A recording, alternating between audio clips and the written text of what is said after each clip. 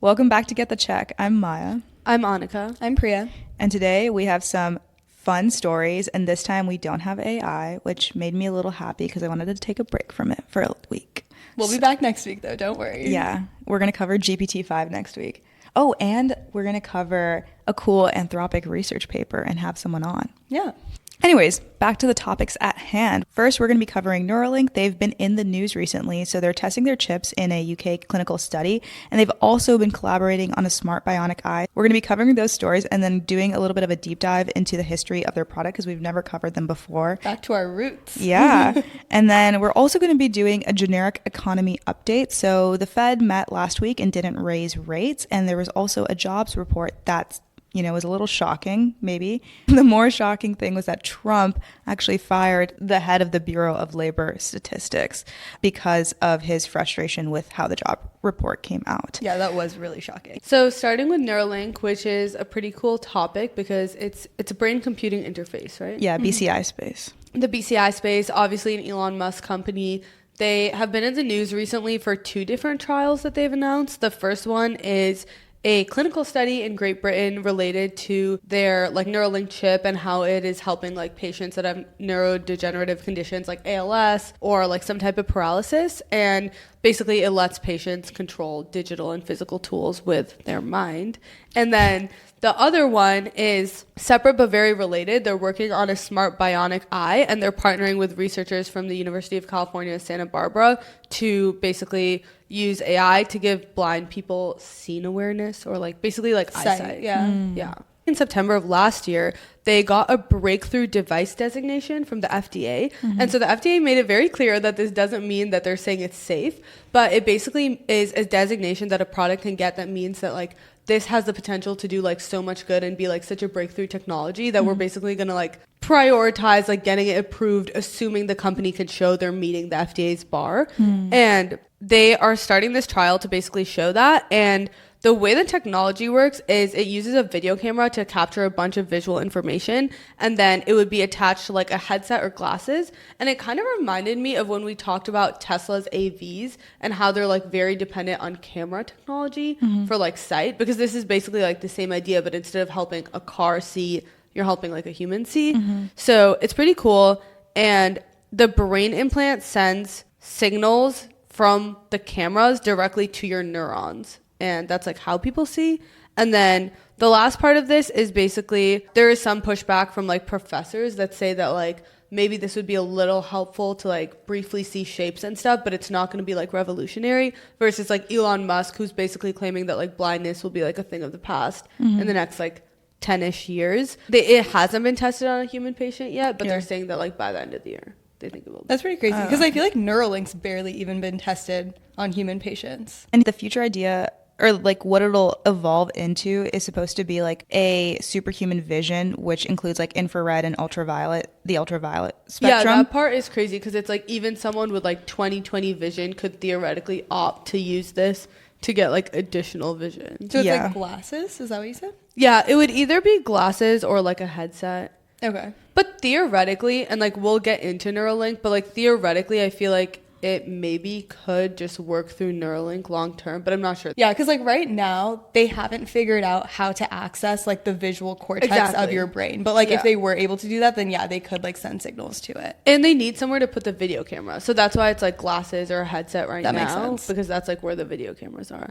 But yeah, we can go more into just our deep dive on Neuralink and the background of the company. So Neuralink develops these brain-computer interfaces, which have been around for a while because there's invasive and non-invasive types of BCIs, but Neuralink specifically is invasive, which is a lot more dangerous because it requires surgery and actually implementation into the brain instead of some sort of headset you're wearing on top. And their goal is that you implant these chips in your brain, and that enables direct communication between your brain and an external device. So that could be prosthetics, it could be a computer. In the future, it might be something that we don't even know about right now. And in general, it was started to treat neurological disorders like paralysis or blindness. But with every Elon company, there's always this larger, grander vision. I was watching the Elon presentation, and he talks a lot about human bandwidth output. So essentially we are physically limited by our touch and our speech. So before we had computers, at least we were limited by speech and like writing and like being able to actually write, and then getting computers and like being able to type, we were able to type a little bit faster and then maybe produce a little bit more information. And so if you want to measure the amount of information we can produce, it's around 86,000 bits of output per day, which is quite small if you think about like the size of the internet or the size of a video.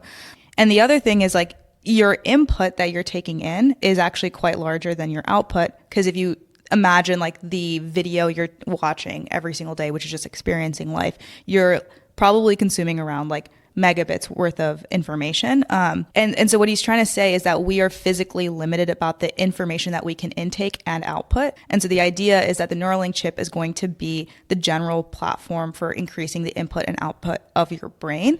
And therefore, we as human beings can become a lot more efficient. So like, when you're having an argument and you're trying to explain your side, if you were to communicate your thoughts, maybe you could communicate like all the nuanced layers of like how you're truly feeling, and the other person could, just understand you right away rather than trying to use words and like inferring the tones off of your body language. I feel like I get so overstimulated. That sounds like a lot. It is a lot. So that's kind of like the very long version of like how you might interact with humans. And then similarly to like how you might interact with technology, it's just like you are an enhanced like superhuman in a sense, and it's like you being a cyborg. But then I was just gonna say there's like interesting discourse on like what being a cyborg even means, because like if you start looking at your screen time across like your work computer and your phone in a day, like the typical person that we like talk to and know is probably approaching like 80%, if not more sometimes, of like hours awake are looking at a screen. Unless it's like a Saturday and you go sit in a park. So it's like we can say that like this idea of being cyborgs is like so foreign to us, but it's not really. And Elon basically sees the phone as like an inefficient way to be cyborgs. And this is like an efficient way. I want to contextualize the like bits thing, because like it is like exactly what you said, but then like they basically like AI systems communicate at 1 trillion bits per second, and humans communicate at 39 bits per second, which is like, I can't even like conceptualize the difference between that. If we had Neuralink, it increases our bits per second and increases our ability to be integrated with AI, which like, it's almost like these technologists like Peter Thiel and Elon Musk like think that like AI overtaking us is inevitable and this is like our fighting chance. It's like the vibe I get.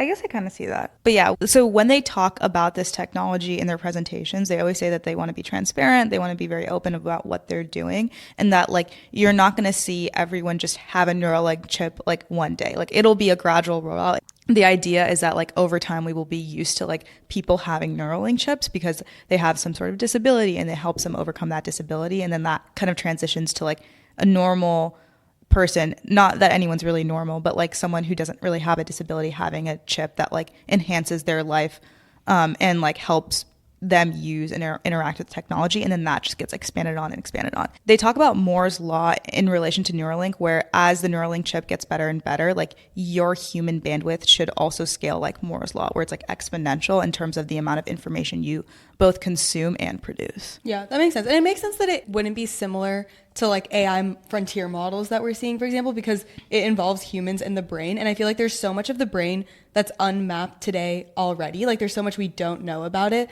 that not only would you have to like do the trials on humans and like prove out the concept, but there's also so much we still have to learn about the human body and the brain. Yeah. And speaking of that, I feel like we should kind of explain how it works, because before I looked into this, I was really confused. Like I understand it's kind of like a quarter size thing that goes into your brain, but I looked more into like the actual way that it happens. And basically they drill a hole in your skull and then like put it in your brain, and like they originally were putting it, I think, like 3 centimeters deep, and now it's closer to 5 centimeters deep. And they found that the deeper it is in your brain, obviously that's like a riskier procedure or like harder to achieve, but it does like make it more effective. I think it's like it has to do with how close you are to the actual signal itself, because when you have like an EEG cap, for example, you still are getting signal from the same brain waves, but because it has to go through all of these layers. I saw this example online. It was basically like it's like whispering through a door, because you have to go through all of these layers versus just being on the other side of that door. And so because they're so deep into your brain, they're able to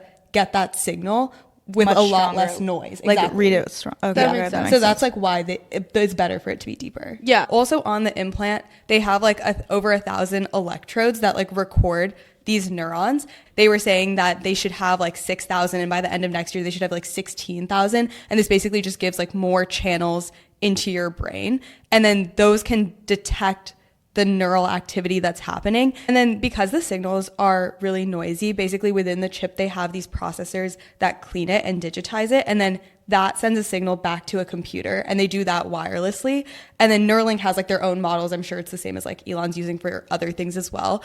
And they've trained that to map to brain signals and measure intent. So they can like find what the intent is using these models and then translate that to like an action that's taken, which is like really crazy. Yeah, it's really cool because like in the first paralyzed patient they worked with, which was in 2024, and his name is Noland Arbaugh. When they first like put it in his brain and he like woke up, he's completely paralyzed. But he'd like think in his brain like, I have the intent to like lift my pointer finger, and then that signal would show up in the model, which is like basically a computer. Like and like each of his fingers, like they could figure out like which finger gave the strongest signal, and then they used that as like his cursor. So like he like thinks to like use that finger the same way like we use our pointer finger. Yeah, and it's crazy because like these models were trained based on like completely animal data. So like, because how else are you going to try to map like intent of something to an action that's taken? And so they used like pigs and mice, I think, and then eventually moved on to monkeys to like get all of this data to like make these models in the first place. Yeah, and they started in like 2017, and then Neuralink was first put into human in 2024, which honestly I feel like to me is a pretty fast timeline. Like 7 years to go from like starting to understand animal brainwaves to literally having completely decoded the human brain. Well, even from like the first patient to the most recent patient, like the onboarding time for the first patient took like days to like basically sync up the chip and like the brain signals to the actual actions. And now the onboarding process is less than 15 minutes. And they showed like crazy. It's insane because they showed the like video of like the onboarding process, and it's like pretty similar to like the AR VR onboarding process where you like look left and then you look right and you like try to look at the thing that it's like reading your eye. So it's the same thing. It's like thumbs up, thumbs down, or like wave and stuff like that. And so it seems completely normal. And then by the end of it, you literally can like move your hand virtually. Yeah. So basically it's like that implant. There's a surgical robot that puts it in your brain because like the threads you're talking about are like thinner than human hair. So that's why they need a robot to do it. And I do think like the fact that it's a robot also makes it more scalable. And Elon clearly has like plans to like commercialize and monetize this to the general public. And I feel like when you think about how he's approaching this, he's like approaching it in a way that it's scalable from day one. Yeah, it also makes it a lot safer to have a robot do it because they don't need to do like as big of an incision, and they can like just use the robot and it'll be precise every single time, as opposed to a human where there's more room for error. Yeah, like, I'd rather a robot do it on me than a human. My first question was like, why, if you were starting a business and you wanted to like make BCIs, like why would you rely on also making a robot? Because that's a whole nother like thing to make and system and team to have. And then it's like, oh, the only way that they could actually make the chip so successful is if they had the robot to like place the little threads, because a human would never be able to have that sort of precision. And that's when I was like, wow, like Elon's also like always down to like verticalize. Always down to verticalize. That is true. And I read this like really long interview with the first patient that ever had Neuralink, and I'm not like Elon Musk fanboy, like I feel like I'm like not a huge Elon Musk defender, but it honestly was like kind of moving. Well, it was moving. Like, it was like he was like completely paralyzed from the neck down. Hearing him talk about the technology, he was like, I want this for like as long as possible so I can like make a difference in other people's lives. And like it completely changed my life. And he was just talking about how he was so dependent on his parents and his family for every single thing, and he just like felt like a burden. And he was like, now I'm not, and like in the future I might have like an Optimus robot that can like do things for me, like if I need to go get food from the kitchen, like the robot will do that, and like my Neuralink will tell the Optimus robot to do that. And then if I need to go somewhere, he was like, getting from point A to B is like a really difficult thing for me. And that's just like, I don't know, he's talking about it in a philosophical sense. Like as a human, that's like a big part of what makes you you. Like you have the independence to do that. And he was like, oh, like in the future, like a Tesla car will just like pick me up. Yeah. And this is like kind of tangential but related. The idea that Elon talks about is like, what about you is you? Like you can always replace your heart, for example, because you can have open heart surgery and get a donor, or you can replace your kidneys. And like the only thing you can't replace is your brain. The part that I thought was like also really crazy about this is like how they've been able to like map intent. Because I was talking to Pri about this when we were researching, and it's like my brain knows the difference between like an intrusive thought I have to like throw my computer across the room and like actually doing it, and like so does Neuralink. Like it's basically a complete mind reader. But it also is like tapped into like certain parts of the brain. So like they've figured out which parts of the brain to target to get the information that they need. It doesn't know your entire brain. It knows like the pieces that we're like giving it access to, kind of. And I feel like if we actually gave it our entire brains, it would have no idea what to do. Because like, well, I'm not saying it's like reading every thought in your brain, but it's like reading some of your brain, which makes it a mind reader in my book. My stomach just starts turning thinking about like Black Mirror episodes when we start talking about this. There literally was a Black Mirror episode about this. It was like the first episode of the most recent season, and it was like a very similar concept where she basically had a brain tumor, and to live, this company was like, oh, we'll do this surgery for you for free, and we'll like implant this into your brain, and then all you have to do is pay like a monthly subscription fee. She ends up doing it because it like saves her life and she would have died otherwise. And they end up doing it, and they have to pay, and they like aren't a well-off family, and so they're paying the subscription, and over time it becomes like a bigger and bigger deal, and they start sending her ads. So like literally she'll be talking to someone, like let's say I'm talking to Annika about like lip liner, for example. In the middle of our conversation, I'll just like blurt out an ad to her. She'll just be like, Hailey Bieber's new road like line is like so lip trippy. Liners. And then they couldn't even afford that, right? Yeah, and well, so they could afford the ad version like barely. Oh, but if you wanted like an ad-free version, it was like even more expensive. And then the husband like goes down this like dark path of like trying to afford these things for her, and so he starts like pulling out his teeth and like doing these crazy like, on things a website online where they like ask him to start doing things in exchange for money, like a weird like only, I'm not gonna say the word because we get content mod. And so he does like all these like things, like it's like pull out a tooth, like drink like your and like all these things, and like he still can't like make the money. So I think she like offs herself. Well, like she tells him to kill her. And then he does. Oh. Because they were both like, we're both like really crushed. But actually it's like not entirely that far-fetched, because like in this whole deep dive that we were doing on Neuralink, we'll get into the market, but there's like actually a lot of competitors in this market. Neuralink's just like by far the most talked about. But it's not even the most far along. It's not the most far along in terms of people that have it. And like some of the other ones had like more unstable funding, which like makes sense because this is basically like pre-product research, and not all of these companies have like an Elon Musk backing them, and like I don't know, the DoD and a bunch of other investors, and they have like gone out of business while there's people that have the chip in their head. So then like what happens? I think you're just turning the chip off. The chip gets turned off, but it's like you're like turning up, like the way one of the women described it was she was like, they like basically turned a part of me off.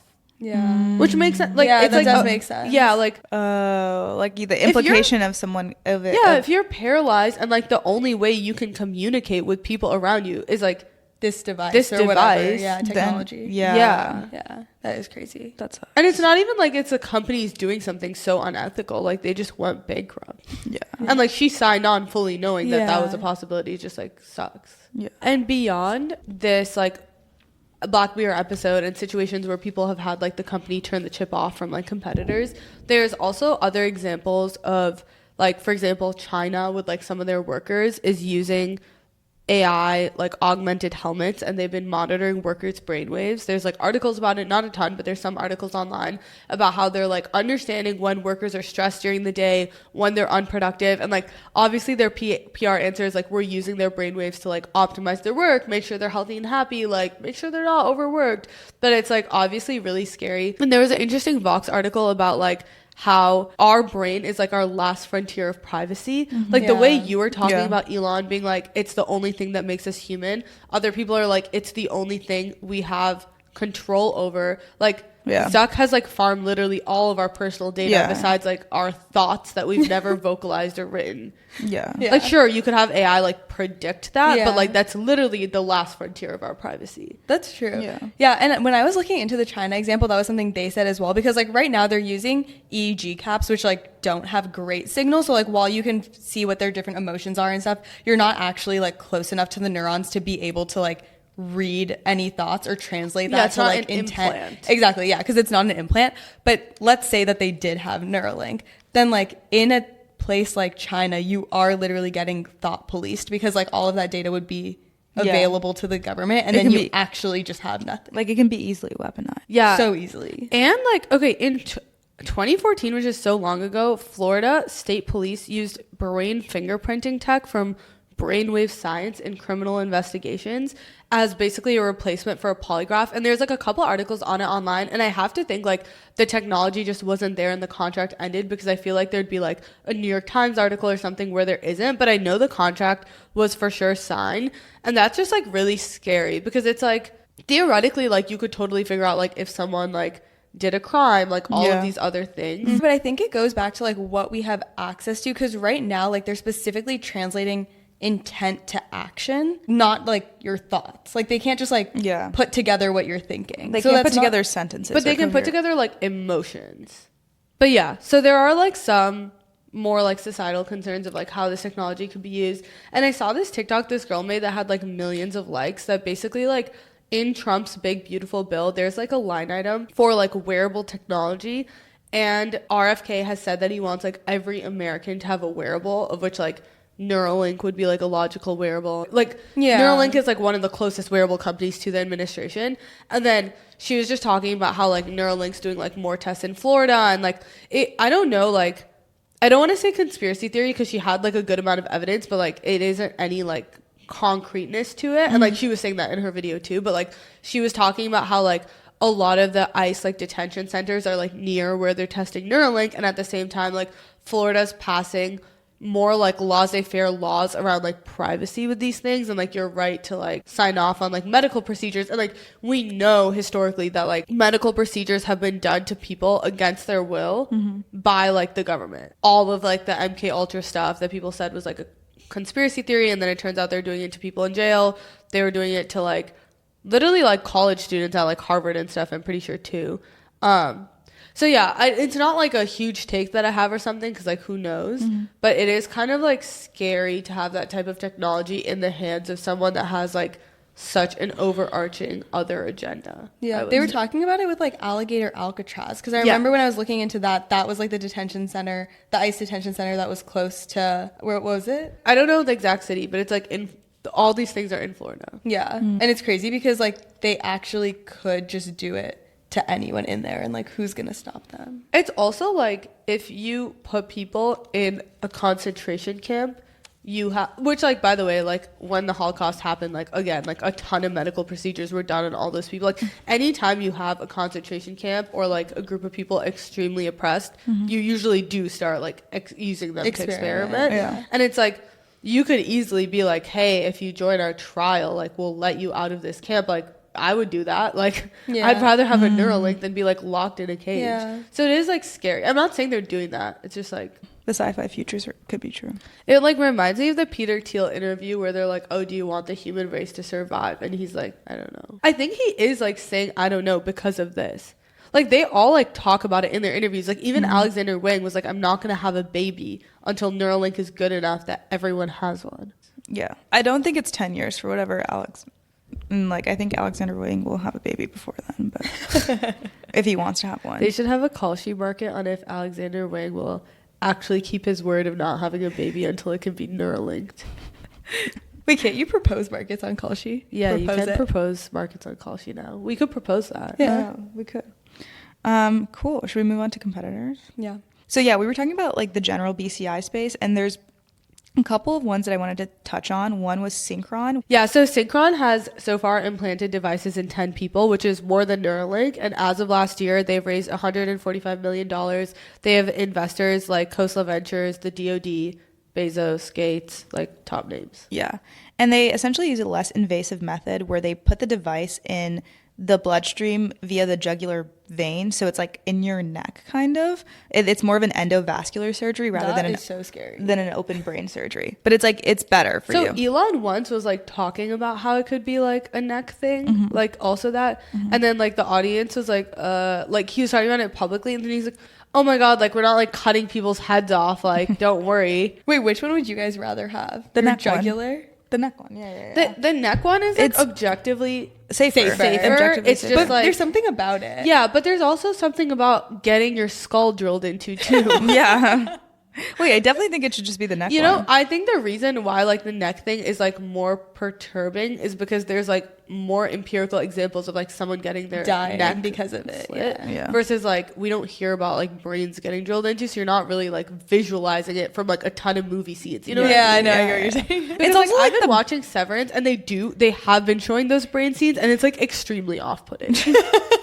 And the whole time I was watching Severance for the last season, I've been like, oh, this is so unrealistic. And now then you're like, after this deep dive, I was like, oh my God, kill myself. I just don't even. Sometimes I'm like, I don't need to do a podcast and have this much information on the world. I can just live in blissful ignorance. Yeah. So back to Synchron, they're actually further ahead in both human trials and ability. They've implanted in 10 humans, and they've demonstrated the ability to control digital devices for like communication using technology at home. And so it's the first device that can actually control Apple Vision Pro via thoughts. That's cool. Which is like That is what cool. what we were talking about earlier. So for reference, when we were doing content planning, I was like, oh, what if Neuralink kind of just jumps the gun and for AR VR, and we never have to figure out eye tracking because we just figure out thought tracking, and then you like can just control your like VR headset with thought tracking, and then literally that's actually true. Like Synchron is able to do it. So I just thought that was cool. Yeah, obviously not offered at scale because like someone has to go and put the thing in you, but they are more further along. The idea though is that Neuralink, how do you explain it? Will be able to scale better to more abilities because they're focused on a brain implantation, which in theory should be able to like intersect unlock more brain signals, like read more brain signals, like we were talking about before. So And the ability to like write to brain signals. yeah, it's kind of like the classic like Elon thinking like 3 steps ahead, but doesn't really work. You know, Yeah. when we're thinking about Tesla versus Waymo, like Waymo actually works, Tesla doesn't, but then Long term, it could all even out. solving for camera technology should be better than not Yeah. not having LiDAR and having it be so expensive. But yeah, anyways, And it I thought is that was kind cool. of similar because it is solving for camera technology again. But yeah, so that's Synchron. Then there's also Precision Neuroscience, which was co-founded by Benjamin Rapport, a previous Neuralink co-founder. Yeah, like all of the Neuralink founding Yeah. team has left. It's like 6 out of 8. Yeah, I don't know if this is the most prominent ex I think it Neuralink. is. It It's is. probably the most prominent one. They have what they call layer 7 cortical interface, which is a thin, flexible, high channel count device that sits atop or just under the surface of the brain, so not as deep as Neuralinks. And they've received FDA clearance for 30-day patient implantation, but they're not really that far along in their clinical trials, obviously because they're a newer company, and they've raised $93 million.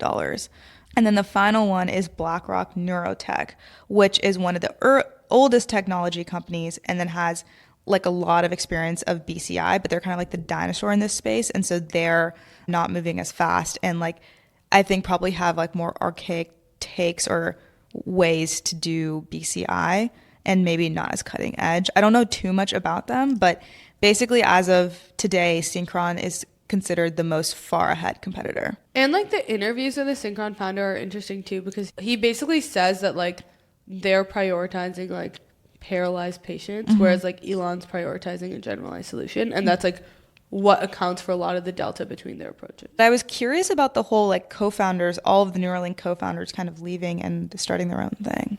Isn't it because they didn't align with like the long-term vision? Yeah, like the biggest stated reason is basically that like Musk was just pushing these deadlines that they didn't think were realistic, and like they felt like also in certain situations like he was making a decision to like not do it like the jugular way and like do it in the brain, even if like maybe for like the stated use case of like helping paralyzed people, like that didn't make the most sense. that, Yeah. And so it was, I think it was the best way to summarize it would be like vision misalignment. Yeah.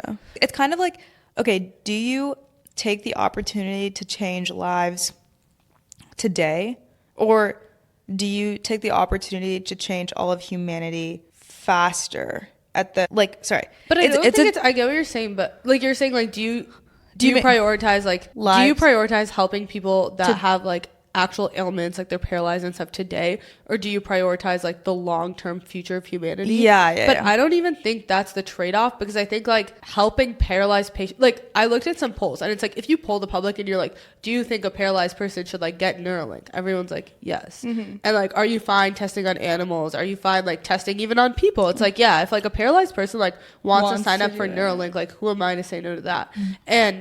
But when you start talking about like a generalized commercialized solution, it's not like an agreed upon end goal that would benefit all of humanity. I think that's the issue. In all of their presentations, they're like very upfront of like what their future vision is. And then he always ends the talk of like, and if you want to join, we're hiring smart people. I'm not telling you that because we need you or whatever. I'm just telling you like, come join our vision. We have a lot of funding. We're not running out of money. And we just want smart people to work on these hard problems.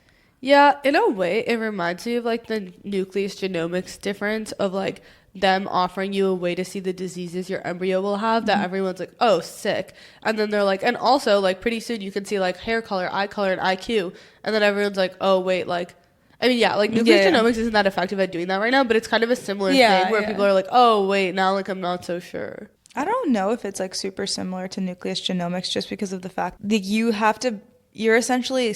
like nucleus genomics is never going to actually do gene editing. So it's like the furthest version of nucleus genomics is that you're just able to pick the best baby out of 20 babies, but you can't actually like gene edit them to like be anything different. Versus here, I feel like you actually could change people completely.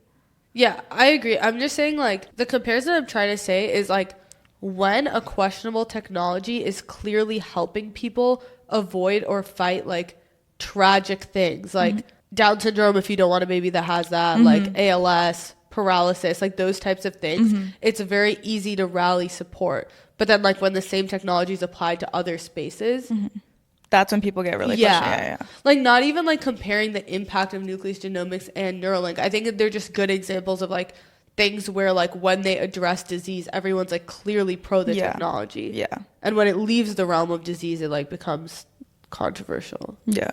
Cool.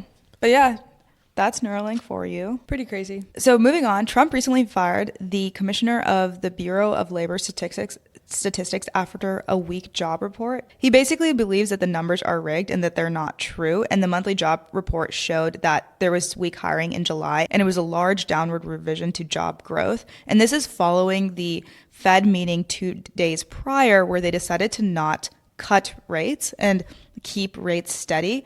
People were on different sides of like the debate on whether or not we should keep rates steady or lower rates. And part of the reason for why you want to maybe lower rates is to stimulate jobs. So these two stories are like somewhat related, and we wanted to go over kind of like a look at the economy since the tariff situation that has been happening for the last 3 months and how it has affected us so far, and like what we're thinking is going to come in the next month. But yeah.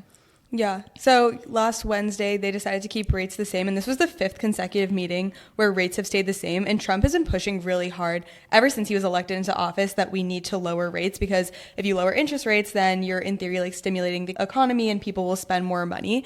And this was the first time since 1993 where there was a split decision. So like a little context on how the Fed works. There's 12 members of the Federal Open Market Committee, and they determine like the U.S. monetary policy. So that's primarily just interest rates for us. They meet 8 times a year, and their 2 like main goals that they have to keep in mind is that they want to control inflation and maximize employment, and those like often go directly against each other. And so they basically are doing this like balancing act the entire time to keep the numbers at like what we want them to be. And so this time 2 people like double dissented basically, which means that like 2 people went against what the chair Jerome Powell like stated, which was that he wanted to keep rates the same, and they said they wanted to cut rates. And they were both like Trump appointees, and it was the first time, you said the year, but it was the first time since what, 1993. 1993. Yeah. So like I feel like to me it kind of implies that like Trump's appointees were like more political picks than other presidents. Yeah, they were appointed during his first term, and so they've like been in office for a while, but it's like humming up now because Jerome Powell and Trump are clearly like always fighting with each other, and Jerome Powell's term is over next May. And so one of the guys that dissented, his name was Christopher Waller, and apparently he's like the front runner for who could replace Jerome Powell. So it is definitely like a political statement that he dissented. Yeah.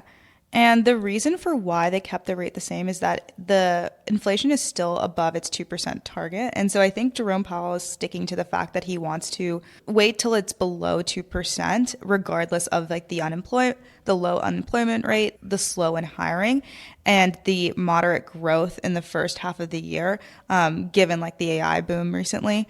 And so this kind of makes sense because I think he's just trying to not jump the gun and stimulate the economy. And then as a result, you start to see this pressure from Trump onto Powell and being frustrated for like Powell's choices. And it's clear that Trump wants to show, hey, these tariffs are not really impacting the economy. And a large way to show that is that if the rates get cut, then you see some stimulus in the economy. And then you can kind of correlate that stimulus in the economy back to the tariffs not really bringing it down. So it's like this circular nature of like Trump also needing Powell to comply with him to kind of fit into his story. Yeah.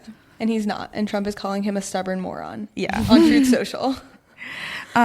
So that's like one thing. Yeah. And then to the tariff point, Powell basically said that there's still a lot of uncertainty about what consumer prices are going to look like because Trump put all these tariffs on, then there was a pause on the tariffs, and then literally 2 days ago on August 1st, the tariffs resumed. And he also like put new tariffs on like China and Taiwan. Yeah. Exactly. Yeah. And so I think it's super fair of Powell to be like, we don't know how this is going to impact consumer prices. And you had a really interesting point about this too. Yeah. He said that stores are still working through inventory pre-tariffs, which like basically means that like stores, they have all this stock in their warehouse that they can sell off and that they didn't bring over from China. Mm-hmm. And so they're still working through selling that off and they don't have to pay the tariffs just yet of bringing over stock into China.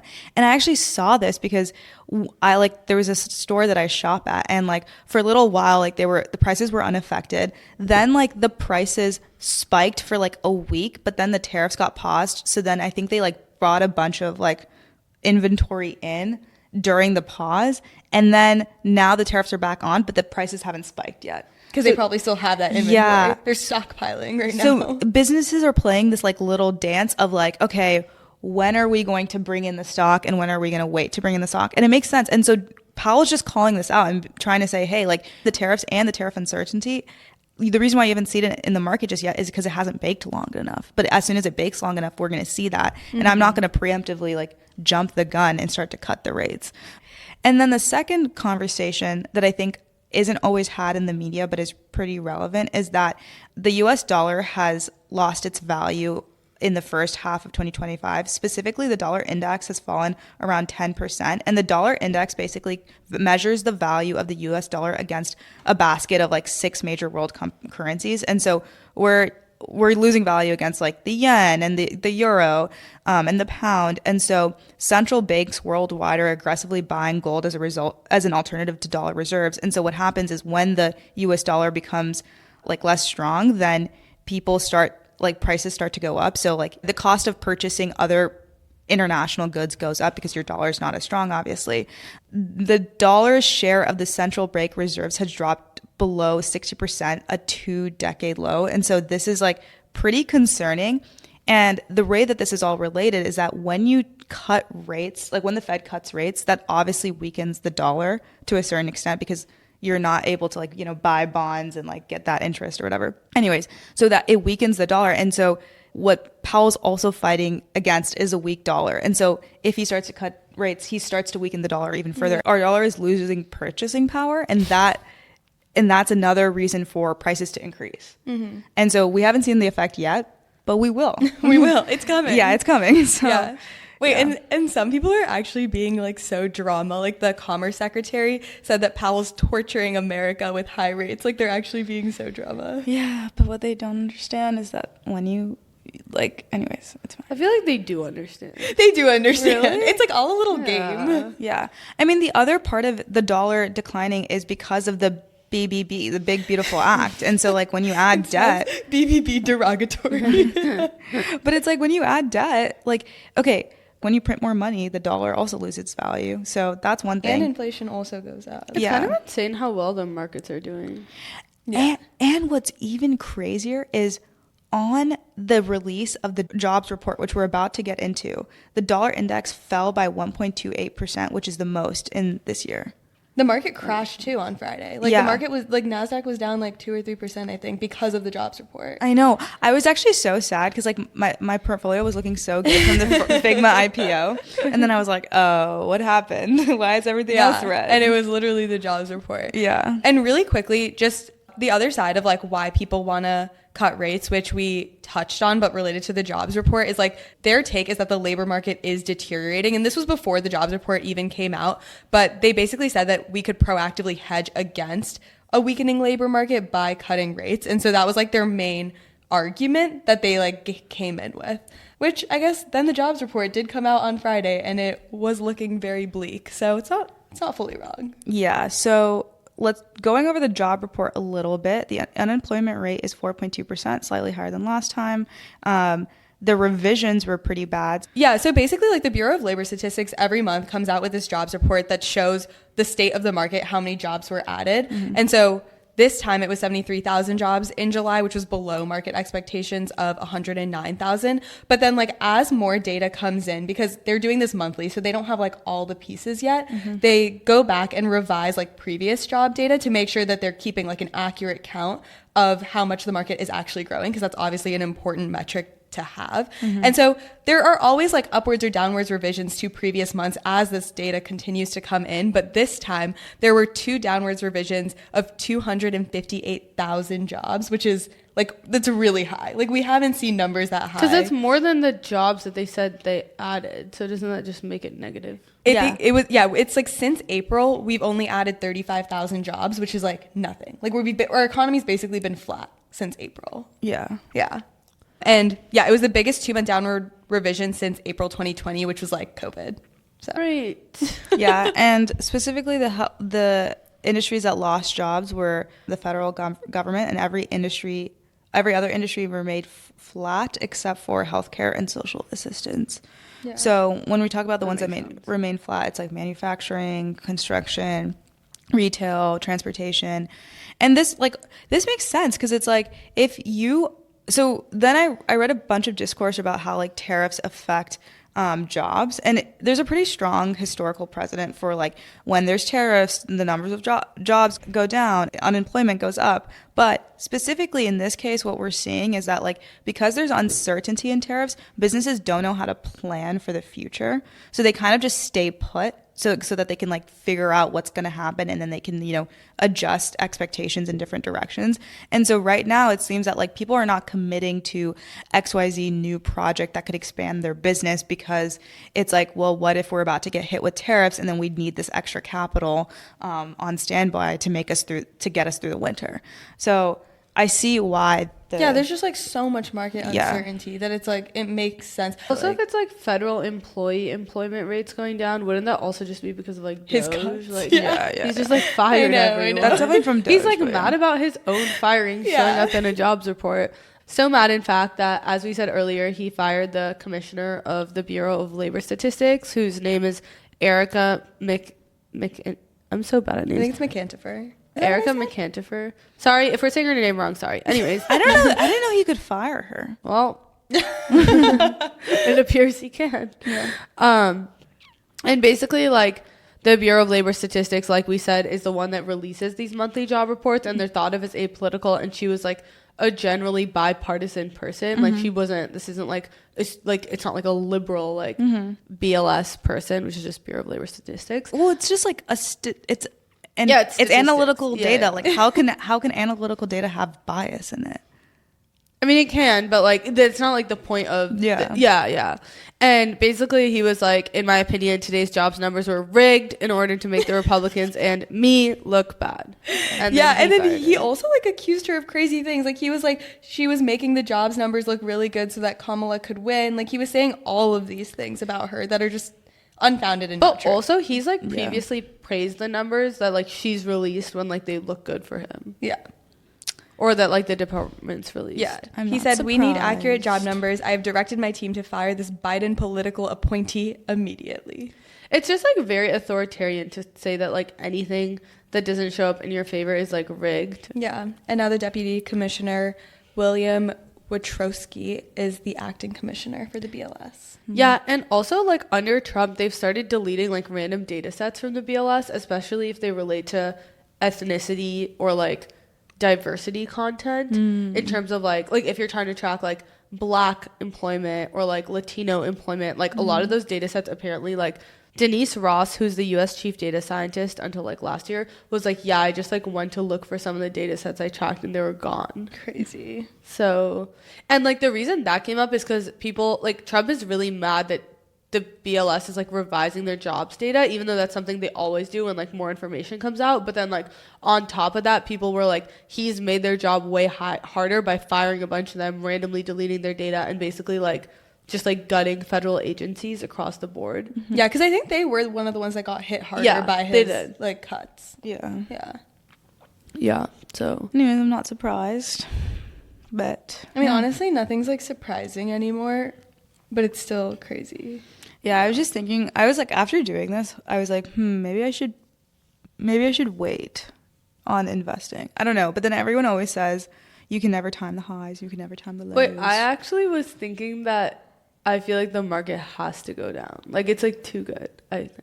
I agree, it's too good. Yeah. But it is impossible to time at the same time. Yeah, like I don't invest, think like- I'm like I'm just like I'll just think about it like for fun. Yeah. Like it's Yeah, not yeah, like yeah. Yeah, like technically investing at all-time highs is still completely fine. Yeah. Well, it's just like investing usually it's just like investing's better than not. Yeah. Even if it's all-time high. Yeah. I feel like whenever interest rates do end up getting cut, like the market is going to go crazy. I also think like Yeah. wait, I was thinking about it and I was like maybe this is why Trump's like so buddy with Jensen, because I feel like Trump cares a lot about the market and kind of sees that as like the ultimate Yeah. like the ultimate metric above like jobs or like any of this other stuff, because he can still always like point to stocks. Yeah. And like a lot of his like higher income base also cares about that. Yeah. Like when I tariffs mean, affected everyone stuff. cares about it. No, like the market doesn't affect the average American the way like jobs do. Like I feel like different economic indicators have like different levels of effects. And like when the market like after tariffs, when the market like crashed, like I feel like a bunch of like people that just have like a lot of money in stocks, which isn't most of the country, was like really upset. Obviously they all like feed into each other. Like I get that, but I'm just saying like I feel like the people that like listen to him like get really upset, or even like crypto will go down. And like maybe that's part of why he's been like more lenient with like Nvidia and stuff. Anyways, with that, we end our episode. Bye. Bye.